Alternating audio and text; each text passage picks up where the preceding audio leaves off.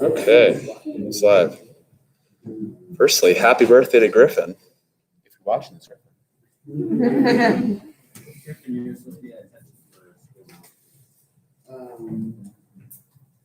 The problem set today, and then tomorrow is workday / practice quiz day. You can kind of finish up your problem set. You can do your practice quiz. My suggestion would be to have your problem set finished, and if you can have time, look at the practice quiz in advance, and then come to class with some questions. But obviously, if time doesn't allow you to do that, you can do the practice quiz in class. And then there are quizzes on Friday. We're already at half.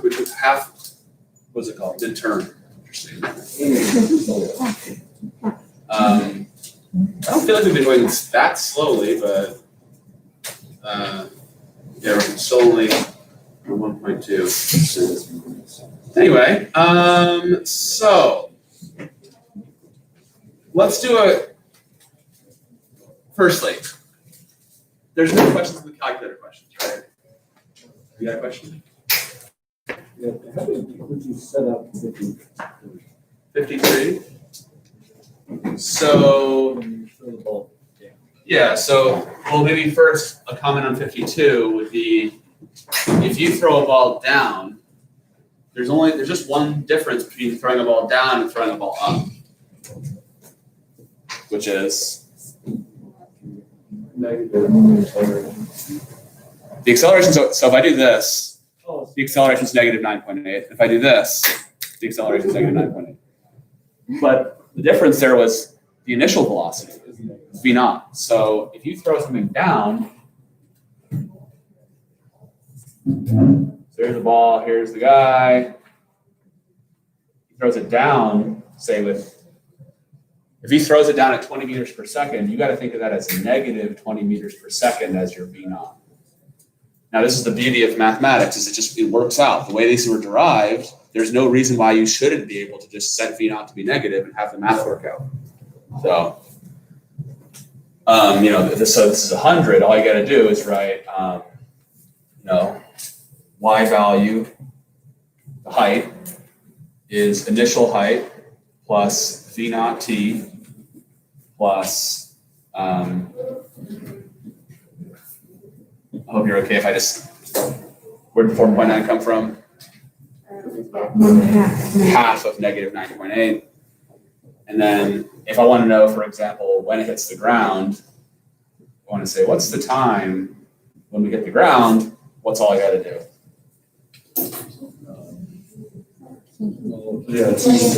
Zero. Yeah, I'm solving for when y is 0. So when I graph this, it's going to look something like this. Oh, no, it's not. Here's my board. Why is that wrong? Makes no sense. Right? It doesn't make any sense. Why would the y value go up? It's not going to go up, right? When you throw something down, it just goes down. So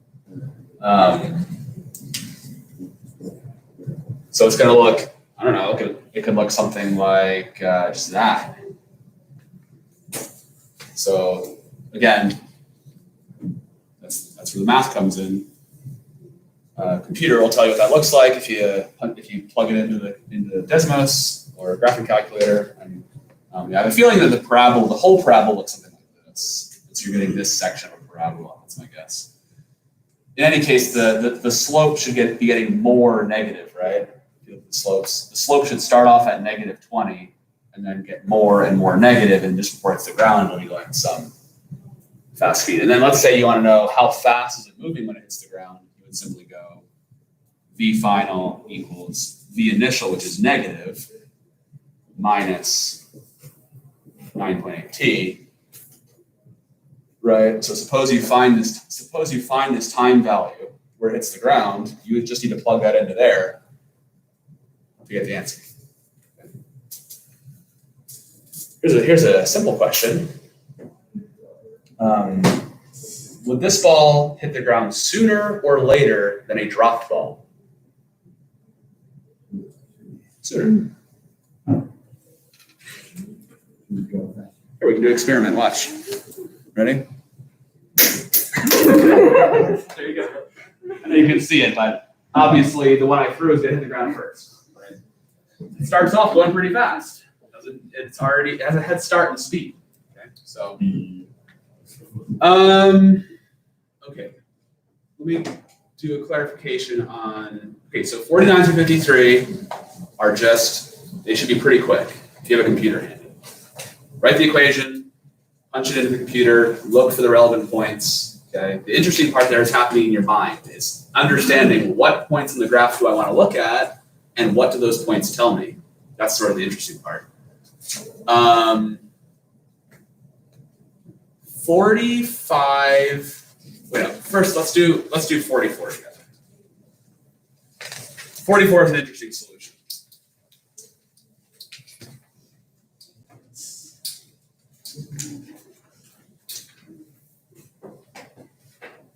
Who has an answer to this? They're confident. You got an answer? No, I thought you said who hasn't. Who has it? Thanks for being so ready to share. I thought it was like, who hasn't answered? Oh, that reminds me of attendance. Yeah, so while I'm doing the attendance here, I hope you at least got 43. If you didn't, then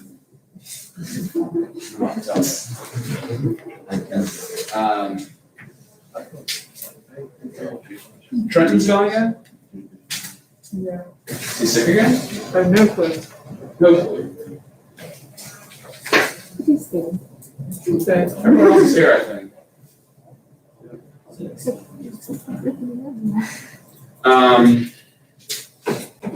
So what I'm getting at is 44, 45, 46, 47, and then there's 48 as well. This next page, if you look at those, the key to those is to use the relationships that you derived earlier. So what have we derived? We've derived that if you drop a ball off a building from a height h, and you want to talk about how much time does that take? How long does it take for that ball to fall? Well, it turns out that with v naught 0, you end up with this very tidy relationship, right? Which can pretty simply be rearranged into this relationship. No one's got problems with that, right? And then what else did we derive? We derived that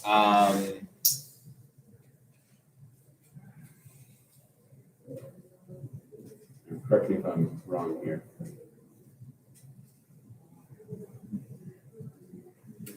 So what we got for the relationship between the final velocity and the height of the building. So we got those three relationships. That makes sense to everyone? And so we remember we got this one by simply plugging in like a time value into an equation. So now if you finish the other one, you'd see that there's a symmetry here, which is that if you shoot a ball up with initial velocity of v, and it goes up and reaches some max height, this is the max height, there's a whole bunch of, you end up with a bunch of similar relationships. You end up, for example, finding out that, hey, guess how long it takes to get to that max height?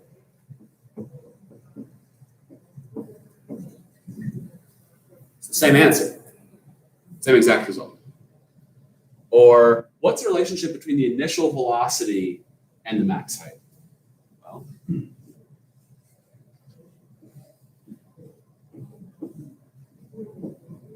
it's the same. It's the same relationship. Or I guess I'm missing one here, aren't I?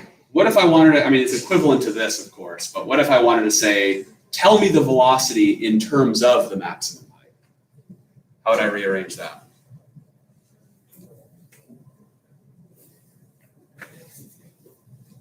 Can you do it in your head?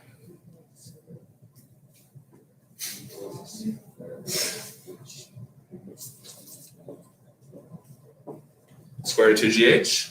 Yes, this is all.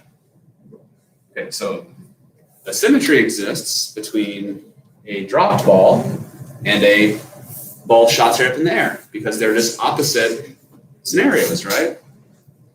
Hello, Trenton. Good morning. Thank you. Okay, are there any questions?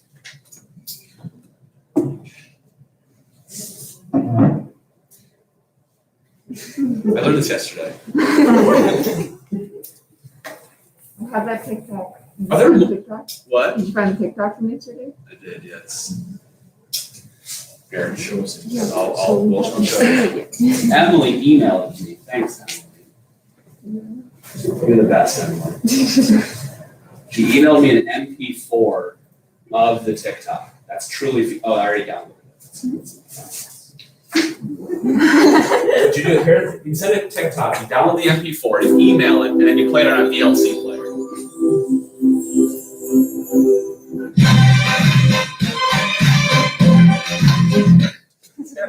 It's beyond my comprehension. But anyway, so I learned about that symbol because I was like, what's that emoji mean? I don't understand that emoji. And then Lauren's like, oh, that emoji's like if you're like this. And I was like, okay, well, that raises further questions. What is that? So now I know. Paper football. It means paper football. Exactly, Julia. Thank you. So now I'm wondering, are there more hand signals out there that I don't know about? Are there other like? This is not paper. That's pretty. Yeah, this is paper. This is if you want to, if you're if you're say you're beating your, your little brother or something, and you make it easier for him, so you make the goalpost wider. This is too hard. He can't. He keeps missing. He's getting frustrated. So you go, here you go, man. Why would we ever do that? Why would you ever? Okay. Dominance, yes. Okay, so 44. So now we have those relationships. So in case it wasn't clear enough, I was giving you the answers to 43 there. Those are the answers to 43. Oh.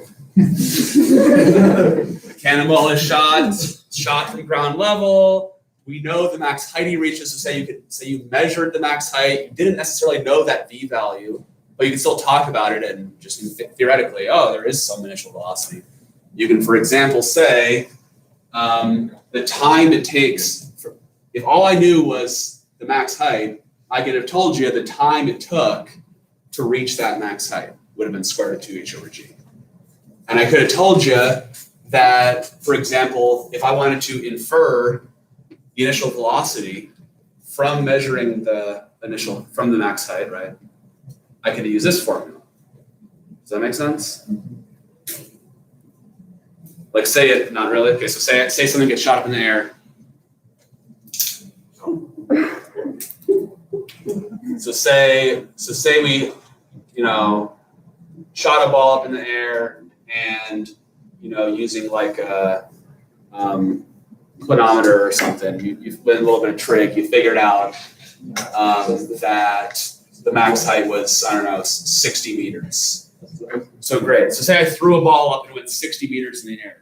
Well, how fast did it leave my hand? How would you figure that out? Just plug it into that formula. Easy peasy, right?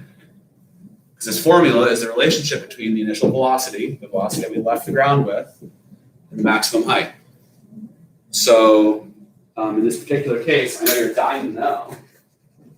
If I threw a baseball up in the air and it went 60 meters in the air, that means I threw it at roughly square root of 2 times 9.8 times 60. It means I threw it at about 34 meters per second, give or take.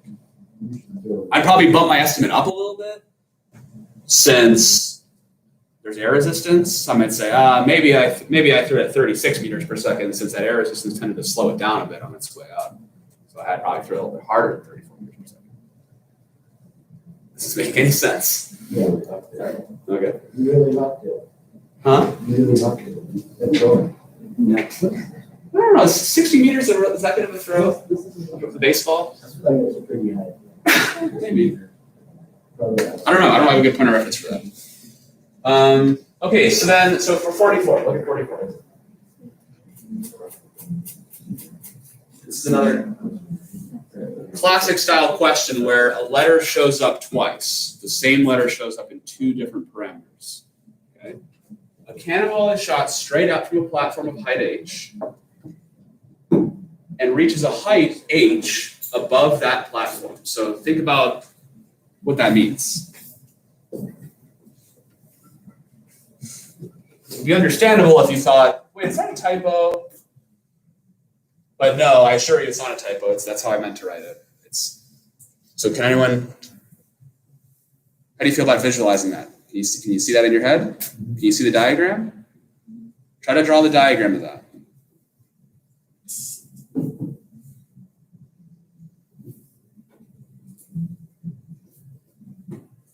Here's the ground. Here's the platform. Here's the cannon. So what am I going to label this as? H. The ball shoots up in the air. What am I going to label that distance as? The same H. So this would be like saying there's a 40-meter tall tower and the ball goes 40 meters above the tower, just for example. Okay? So here's the ball's max height. So this ball's journey, and I realize I could have clarified this. What I'm asking is, what's the total transit time? How long will it take to go up and then back down to the ground?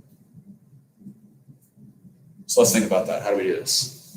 Which of those derived relationships should we look at?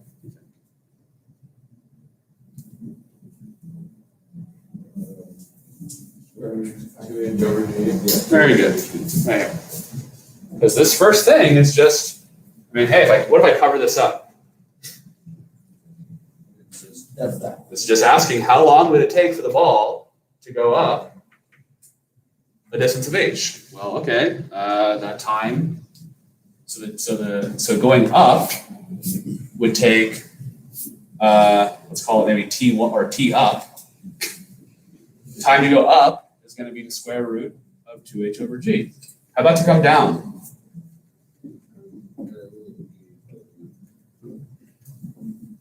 Well, how far do I have to travel? 2h. Now here's the first thing to think about. Will it take twice as much time to come down as it did to go up? The answer is no. No, it will not. Yeah, it'll take the same amount of time to go up as it takes to come down to this point, but by the time he gets down to this point, he's going very fast. So it's only going to take him a very short period of time to make that last little trip. So it's going to take less than double the time to come down. This is why math is so great. Everything I'm saying right now is much more confusing than an equation. Okay? The equation is very clear. So you say, okay, what's the distance? Now I'm falling, right? I'm dropping the ball, basically. So the relationship is 2 times, now what's the distance I got to fall? 2h over g. Okay. Are there any questions on that? By the way, this is leading into the next thing we're going to talk about briefly. How much bigger is this than this? How much more bigger is this than this? It's not twice as big as that. Anyone? Huh? Yes, very good. It's root 2 times bigger than that. No? All right, let's do an easier one. Compare these numbers. The square root of 7 and the square root of 2 times 7. How much bigger is that number than that number? It's root 2 times bigger, right? Because root 7 times root 2 would give me root 14. You understand? Yeah. Okay, so this number, again, that's what I had. That's what I have. That's what I had. That's what I have. So it's bigger by a factor of root 2. Okay. You sure we understand that? Okay. So let's look at the total time then. Total time is that plus that. Total time would be, So 2h root 2h plus Yeah, so you can just add that up. So one way to write the answer, and this is not, in my opinion, it's not the nicest way to write it. It's not wrong or anything. But it's nicer, I think, to factor out the square root of h over g. Because now you only have a single h and a single g in your equation. Now here's for $1 billion. H will be better. If someone can tell me what's going to go in there, I will be totally. 6? That's actually not unreasonable, but it's not 6. 2 root 2. Close. What's left over from this term if I pull out the root h over g, sorry. What's left over? Root 2. What's left over from this guy? Root 4, also known as 2. So that's another way you can write it, is like that. Okay, let's move on. Okay, so then I'll do one quick example from here, and then we got to move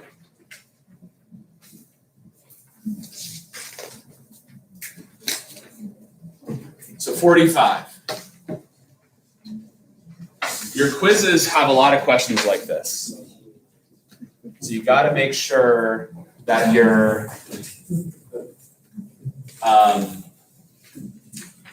that you understand what's going on with these relationships. So if this says rock, I can barely read it, but a rock A is dropped off building A. You guys just help me out. Which building is bigger, A or B? A is bigger. A is twice as big as B. Very good. So here's building A. Here's building B. So this guy has a height. If this guy is twice as tall, I could call his height 2h and his height h, if I like. Fair enough? And then we drop rocks off both of them. Okay. We drop rocks off both of them. And then we ask the question, I think, does it say that we're calling this guy's time t, or we're calling this guy's time t? What's going on is height, or building A is height h, and then we don't know what the height of B is. Why did you guys tell me that the height of building A was twice as big? It says rock H is twice as long. Yeah. That's the height. Yeah, twice as long. All right, let's try this again. Okay, we don't know the relationship between the heights. The problem doesn't tell us that. It tells us the relationship between the times. Sorry, it's clear. When I use the sign. Yeah. Okay. Rock A takes twice as long as rock B. Okay, so that's all we know. Now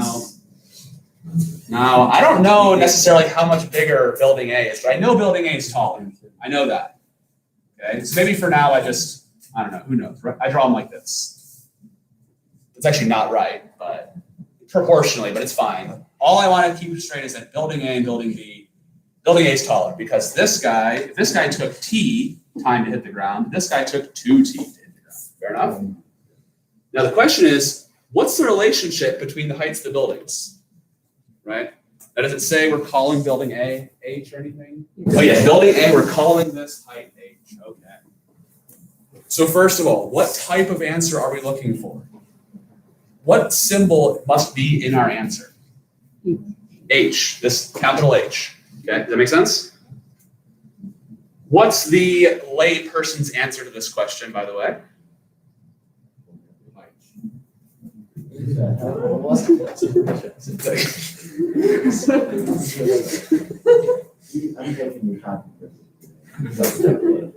The lay person's answer would be, if that one's H, I guess this one's half of H, right? That's what they would say. And it's a reasonable answer, but it's wrong, right? You get what I'm saying? Do you see why someone would maybe say, oh, it's going to be half as tall? If it takes half as much time, it must be half as tall. But no, because actually, here's the relationship. So the height of this building, right? So the height of building A, big H, is 1/2 G times 2T squared, right? Does that make sense? Whereas the height of building B is 1/2 G times a single T squared. But here's the key. This is the big idea here. Because the time value gets squared, what does this doubling actually do? Makes it 4 times bigger, yes? Yes. So this value must be 4 times bigger than this value, right? I can show you here, watch. 2 squared is 4, so let's just pull the 4 out to the front. See what I'm talking about? So this h is 4 times bigger than this h.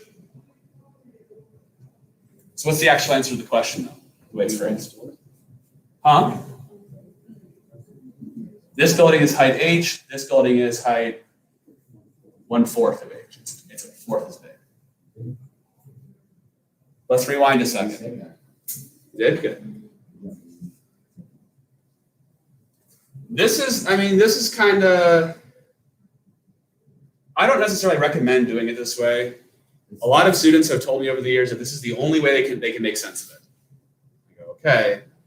My recommendation is just to look at this relationship and ask the question, what does cutting t in half do? Let's look at that formula and say, what happens when you cut your time in half? What does it mean? If you cut t in half, what does that do to h? What's the answer? It divides it by 4. There's the answer right there.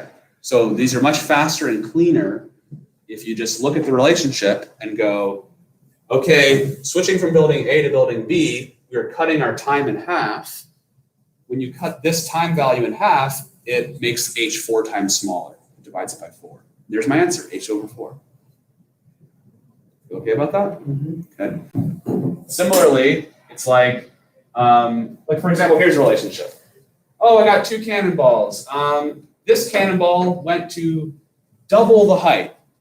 What happens if you double the height? What happens to the time? Multiplies by √2.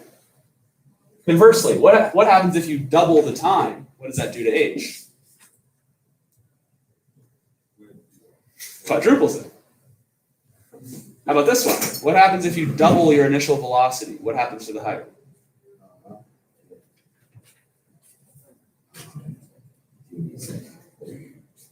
4 times bigger. What happens if I tripled the initial velocity? What happens if I triple this v? What happens to this? 9 times bigger. Yes? How do you feel about this? Not okay. I'll show you for this one.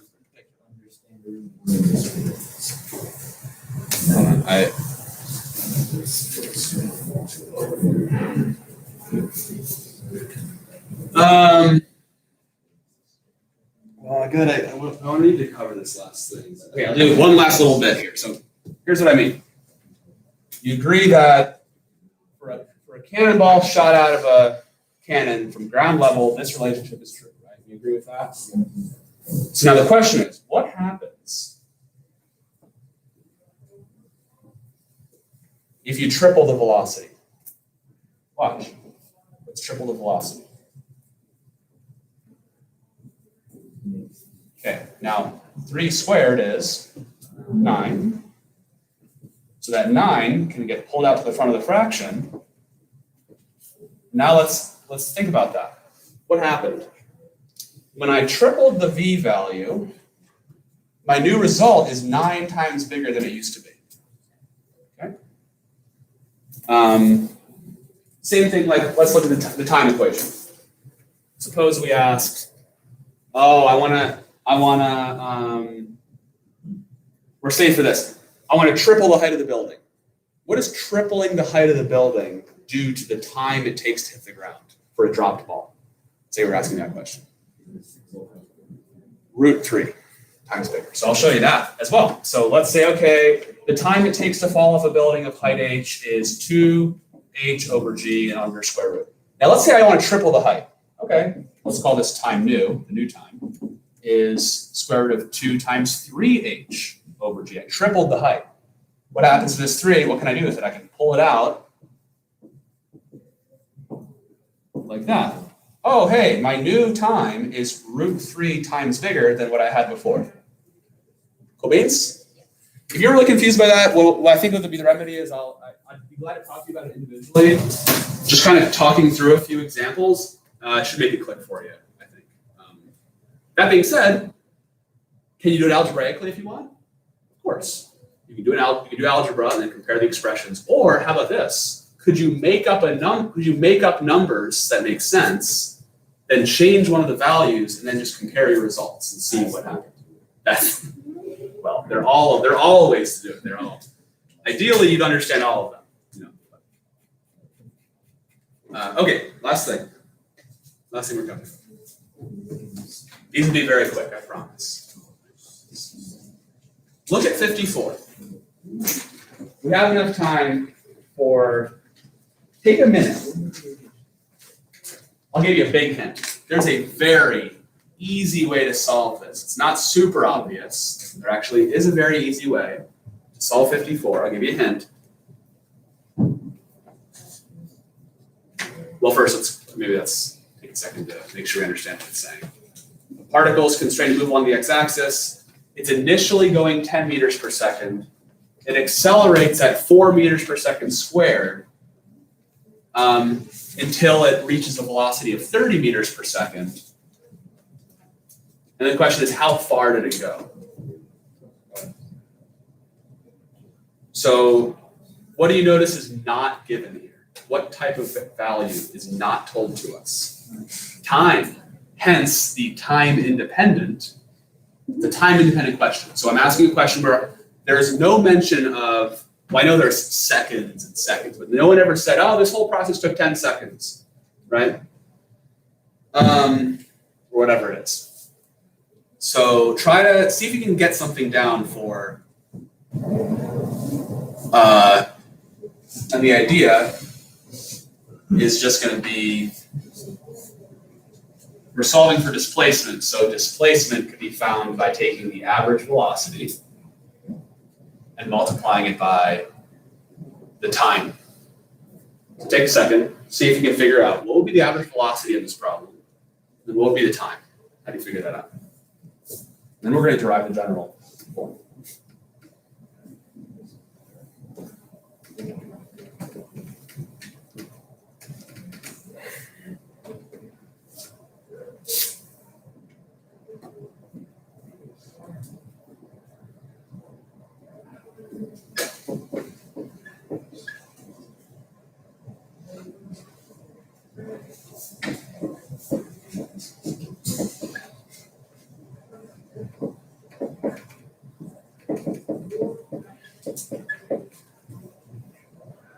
So that's just a picture of the problem. If I go from 10 meters per second up to 30 meters per second at an acceleration of 4 meters per second, how far would I travel during that event? Did anyone get an answer? Julia? Yes. 100? Okay. How'd you get it? You can subtract 10 from 30. Okay, so 30 minus 10. And you get 20. And you divide that by 4 and figure out how many seconds. Ooh, very good. Okay, so let's look at this. Look at her calculation. She basically is using the fact that it's the definition of acceleration, right? Acceleration is the change in velocity over how much time it takes, right? So she's just rearranging that, going, okay, well, I can take the change in velocity and divide it by the acceleration to figure out how much time this event took. Everyone understand that? Change in velocity over acceleration. So that got you what? 5? Yeah. Great, so she got the time. That's more information, right? This event took 5 seconds. Great. Then what, Julia? Then you can find the average of 30 and 10. Very good. Which is beautiful. It's outstanding. Nice work, Julia. You're the bomb. So I know that my average velocity, and I know how long I traveled, so I can just multiply those to get the displacement. So everyone understand that? So V average times time, so it's just 20 meters per second times 5 seconds, 100 meters per second. Okay. All right, so 55 you can do on your own. Just do the exact same approach. Now the key here is to understand how does that let us? This is actually kind of considered a challenging derivation, but it's not too bad actually. So the general derivation is, now my car or particle or whatever starts at a velocity of v naught, accelerates up to a final velocity of v final, v sub f. And then we wonder, what is the displacement? Or we're using the letter, I guess, d for displacement, that's fine.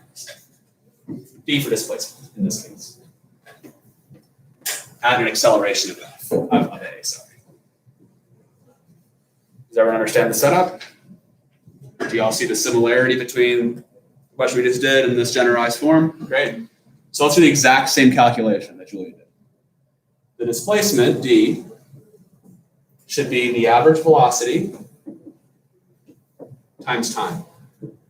How did Julia calculate the average velocity before? What did she do? She subtracted she went v final minus v naught, right? So v final minus v naught divided by the acceleration, right? That's what she did here. She took v final minus v initial divided by acceleration to get the average velocity. I'm sorry, to get the time. Sorry, I got mixed up. That's the time. Does that make sense? My bad. I'll write it in the right order. The order doesn't really matter, but does that make more sense? That's the t. Now, how about the average velocity? We just add up the initial plus the final and divide by 2. Now, what do you notice is not in this formula at all? What symbol does not show up anymore? Time. So it is time independent. It's independent of time. A little bit of algebra here. If I multiply these two fractions, I get the bottom is just 2 times a. And the top is, who knows what I get if I have this, if I have apple plus banana times apple minus banana. It's a famous thing, right? Apple squared minus banana squared is that. One more step and we've got our famous formula. Put it in red. So famous. Multiply that 2a up to the top and you get 2 times the acceleration times the displacement is equal to final velocity squared minus initial velocity squared. Isn't that a weird formula? But that's a famous formula. Okay. You can Google that. So I Google the time independent, not the Schrodinger equation, kinematic equation. You'll find, there we go. There's just one Google result. So it's one that comes up a lot because, well, it's kind of common in physics to say, I don't really want to involve time here. I know about the starting state and the final state of this system. I know how fast it was going at the beginning and how fast it's going at the end. And I know the acceleration that must have been taking place, but I don't really want to talk about how long it took. I just want to relate that to like the displacement of the system. So you can then use this formula. So for 57, 58, 59, and I messed up this numbering, sorry. It's supposed to say 57 through 61. My apologies. These problems should take you very little time. You just plug into that formula and solve for the one unknown. So for the first one, all you got to do, like which numbers do they give us on 57? The cannonball shot straight up. So that's the displacement. So they give you the displacement in the formula. Do we know the acceleration value? Yes. Negative 9.8. Do we know what are we solving for? The initial velocity. And we know the final velocity is 0 because that would correspond to hitting the max height. So just plug into this formula and solve for Cookie. That.